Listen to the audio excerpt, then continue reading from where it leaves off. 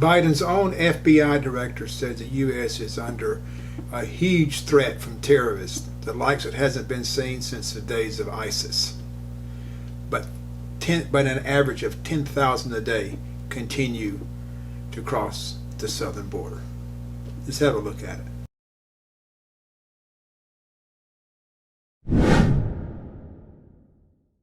Since the horrific terrorist attacks committed by Hamas against innocent people in Israel a few weeks ago, we've been working around the clock to support our partners there and to protect Americans here at home. We assess that the actions of Hamas and its allies will serve as an inspiration, the likes of which we haven't seen since ISIS launched its so-called caliphate several years ago. In just the past few weeks, multiple foreign terrorist organizations have called for attacks against Americans and the West. Al-Qaeda issued its most specific call to attack the United States in the last 5 years. ISIS urged its followers to target Jewish communities in... I thought Al-Qaeda was done. I could have swore I heard Biden and some of the others say, oh, Al-Qaeda's finished. That's the reason that we're leaving Afghanistan. They're all done. They're toast. Well, they just issued their most significant threat in 5 years. Let's continue to look at this. In the United States and Europe, Hezbollah has publicly expressed its support for Hamas and threatened to attack U.S. interests in the Middle East. And we've seen an increase in attacks on U.S. military bases overseas carried out by militia groups backed by Iran. Last week, Senator Langford and I led a bipartisan... So, who is it? It's got ISIS, Hamas, Hezbollah, Al-Qaeda. All of them are either threatening the U.S. or actually engaged in attacks on U.S. forces. Let's continue. Reaching in some ways sort of historic levels, in part because, as you know all too well, the Jewish community is targeted by terrorists really across the spectrum. Homegrown violent extremists, foreign terrorist organizations, both Sunni and Shia, domestic violent extremists, and in fact, our statistics would indicate that for a group that represents only about 2.4% of the American public, they account for something like 60% of all religious-based hate crimes. And so we're trying to do our part, both by tackling it through our joint terrorism task forces, hate crime investigations, outreach both nationally and locally at every field office level, intelligence sharing, training. I know I've spent a lot of time engaging with SCN, for example, ADL, others, and we also created a fusion.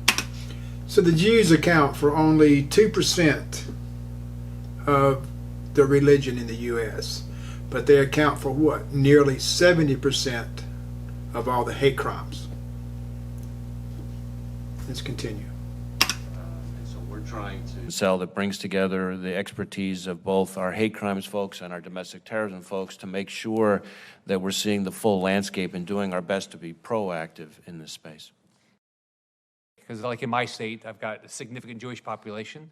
They're scared to go to synagogue, Chabad. They're scared to send their kids to day schools. So, but it's not just them. It's, you know, other individuals, like my daughters called me and said, should they be sending their kids to school? What would you tell Americans right now about the threat today as compared to before? This is not a time for panic, but it is a time for vigilance. We shouldn't stop conducting our daily lives, going to schools, houses of worship, and so forth, but we should be vigilant. You often hear the expression, if you see something, say something. That's never been more true than now. And that. Can you imagine being a Jewish person here now? All these Palestinian marches, being bigoted, anti-Semitic remarks toward them, being yelled at, being beat up. It has to be terrifying to be a Jewish person. They have historically been the most I don't know why they're hated so much, but historically they have always had the most racism against them. I mean, intense racism. But okay, let's move on to the next. I'm going to move on to this other one that just shows the amount of people that are coming through the U.S. every day. I think it's showing 10,000 people are coming through the U.S.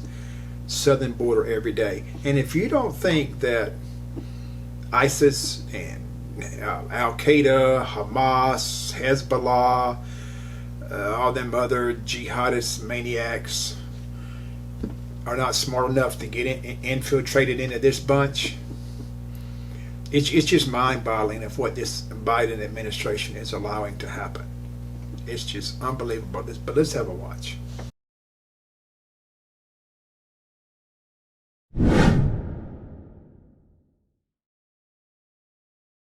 Good morning to you. Here in Lukeville, we are quite literally in the middle of nowhere. 2.5 hours to the closest major city. Thousands are crossing here illegally every day, and the situation is completely unsustainable. We'll step out, give you a look at the scene here. This is a mass of hundreds upon hundreds of people who have crossed the border illegally and are camped out here at the border wall, waiting to be apprehended by Border Patrol. You'll quickly notice these are all single adult men. There is not a single woman or child in this group you're looking at, and these guys are coming in from all over the world. Large amounts of African men from Senegal, from Guinea, from Mauritania, from Egypt, others from the Middle East, others from Asia. This is Border Patrol's Tucson, Arizona sector, which just had 17,500 illegal crossings last week alone. That is the highest weekly total ever recorded. We talked to one for this sector. We talked to dollars. Highest illegal immigration in a one day reached the highest level yesterday. These guys are paying what? This one fellow said he paid $10,000. All men, all young men, all military age. It is absolutely unbelievable. I done a video the other day about over in Finland. They had Russia sent 1,000 to their border. I mean, they went up in arms about that. I mean, it was the worst thing ever. They secured the fence. They called meetings. They called all the Congress or whatever they call over there, Parliament to come in, discuss it, and they put a law down immediately to stop that. I mean, they added on some fence, they added on electronics. They can detect any movement, any breach of the border. This is for 1,000, and we have 10,000 a day coming into this country. Let's continue for a little bit more. One man from Mauritania who told us he paid smugglers $10,000 to get here, first flying into Colombia. We talked to another man from Guinea who says once he's processed, he plans to head to New York City. Now, you might be wondering, how does this happen when we have the border wall right here? Well, there are breaches all in the wall, and we want to show you this remarkable video we shot yesterday. Take a look at this. Border Patrol and federal contractors were trying to fix a hole in the wall that smugglers cut when a huge surge of illegal immigrants came pushing through that gap. Doing it before Border Patrol. So Border Patrol was trying to seal a hole, and they just pushed through it like it wasn't even there, and nothing they can do about it. If you guys have any idea why this might be going on, you can comment in the section below. It's either they're just plain, the Biden administration are plain stupid, inept, or it's being intentionally done. Personally, I believe it's being intentionally done. And I've heard rumors over the years that for some reason, as diabolical as it is, that the left wants to bring this country down. They want to bring it down because they think the U.S. is too powerful on the world stage. We control too much. We have too much money. Our military is too big. On and on and on. I said, there ain't no way. Why would anybody want to do that to the country? How would any American want to bring the country down? But seeing this, I'm starting to believe it. I mean, they're throwing everybody to the wayside. I mean, these migrants are taking priority, buddy. Black people, man, you guys, black people are thrown onto the bus. I mean, look up in New York, look up in Chicago. Man, you got homeless people up there. You got thousands and thousands of evictions. But I'm telling you, these migrants, boy, they getting climate controlled areas, tents. They getting fed. They giving money. They giving phones. It's just unbelievable. Let's continue with a little bit, and let's continue with this for a little bit longer. Could fix it. They were trying to get into the United States and successfully doing it before Border Patrol could fix it. They were trying to weld it, and all these people started pushing through the hole in the wall. And you'll notice there's a human smuggler dressed in black right on the other side of the wall. He sees our camera. He kind of just gives us a shrug and then salutes us, essentially saying, hey, there's nothing they can do about it. Border Patrol has been finding these cuts in the wall all over the place. They try to fix them. There's nothing they can do about it. They say it's like a game of whack-a-mole. Take a listen to what the Border Patrol Union had to say out here. This is what has been caused by an open invitation by the administration that said, hey, come one, come all, ask for asylum and you'll get released. It takes a toll on operations. It takes a toll on the men and women that are out there putting their lives on the line each and every day. Elsewhere along the border, take a look at this video out of Border Patrol's San Diego sector. Okay, now you got, not only do you have all the others coming from Africa, from the Middle East, Yemen, Turkey, Venezuela. Now, I guess what was it, San Diego sector, it's called sectors now. You have a bunch of military-age Chinese coming in now. Let's continue. Hot Springs area. So this is happening all along. News Nation capturing this footage of a large amount of Chinese male nationals that crossed illegally near the Jacumba Hot Springs area. So this is happening all along our southern border, guys. The entire world is showing up here at our doorstep. They're crossing illegally and they are expecting to get released here into the United States. It's happening here in Lukeville. It's happening in Eagle Pass. It's happening in San Diego. Dana, you mentioned off the top, the port of entry here in Lukeville is completely closed down. That is because CBP is surging officers here to try to help Border Patrol deal with apprehending all these folks. On top of that, all of the Border Patrol checkpoints in the Tucson sector and the local highways have also been closed down. Those checkpoints are invaluable for trying to be a second line of defense in stopping both human smugglers and fentanyl smugglers. So it's all hands on deck out here, guys, and you can see the situation completely unsustainable. About 2,000 to 3,000 crossing right here every single day. Bill, in that live shot, we could just hear a lot of yelling. Do you know what they were saying? What they're doing is they get mad if anybody tries to cut the line here. So new people will cross illegally, and they don't think they have to wait in line. So they'll try to walk up to the front, and then you'll hear the guys hooting and hollering and whistling at them, trying to get Border Patrol's attention to say, hey, you better get to the back of the line. Some of us have been waiting here a long time. But the bottom cross illegally. Oh, they're getting mad because people are cutting the line. They're over here.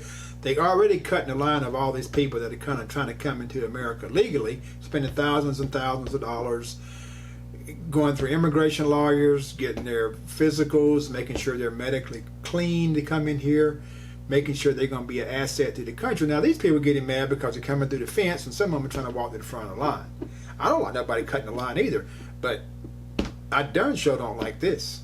I don't like all these people coming in the country. They're not wanted here. They're not needed here. The country is already $34 trillion in debt, and now this. I'm telling you, people, you Democrats, y'all voted for this. They have been open borders forever. Okay, I've tied some Democrat friends that say, I ain't worried about no border.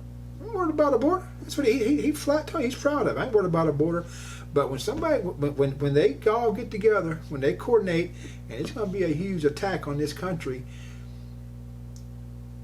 you got nowhere to look but in the mirror, okay? You got to look in the mirror and say, this is on me. Okay, I voted for this guy. I was warned. We had that border secure when Trump was in there, you guys. You think this would be happening with Trump in the office right now? Hell no. And y'all know it too. You Democrats know it wouldn't be happening. But y'all voted for this. Now you get what you vote for, and y'all definitely got it this time. Okay, well, that's about all I had to say, you guys. I just want to give you a little hint of what's going on. Man, we need to stand up to this. We need to stop it. These people are not wanted here. They need to go back. They need to make a little 180 and then head back where they come from, as far as I'm concerned, because they're not wanted, they're not needed, and the U.S. can't afford it. Okay.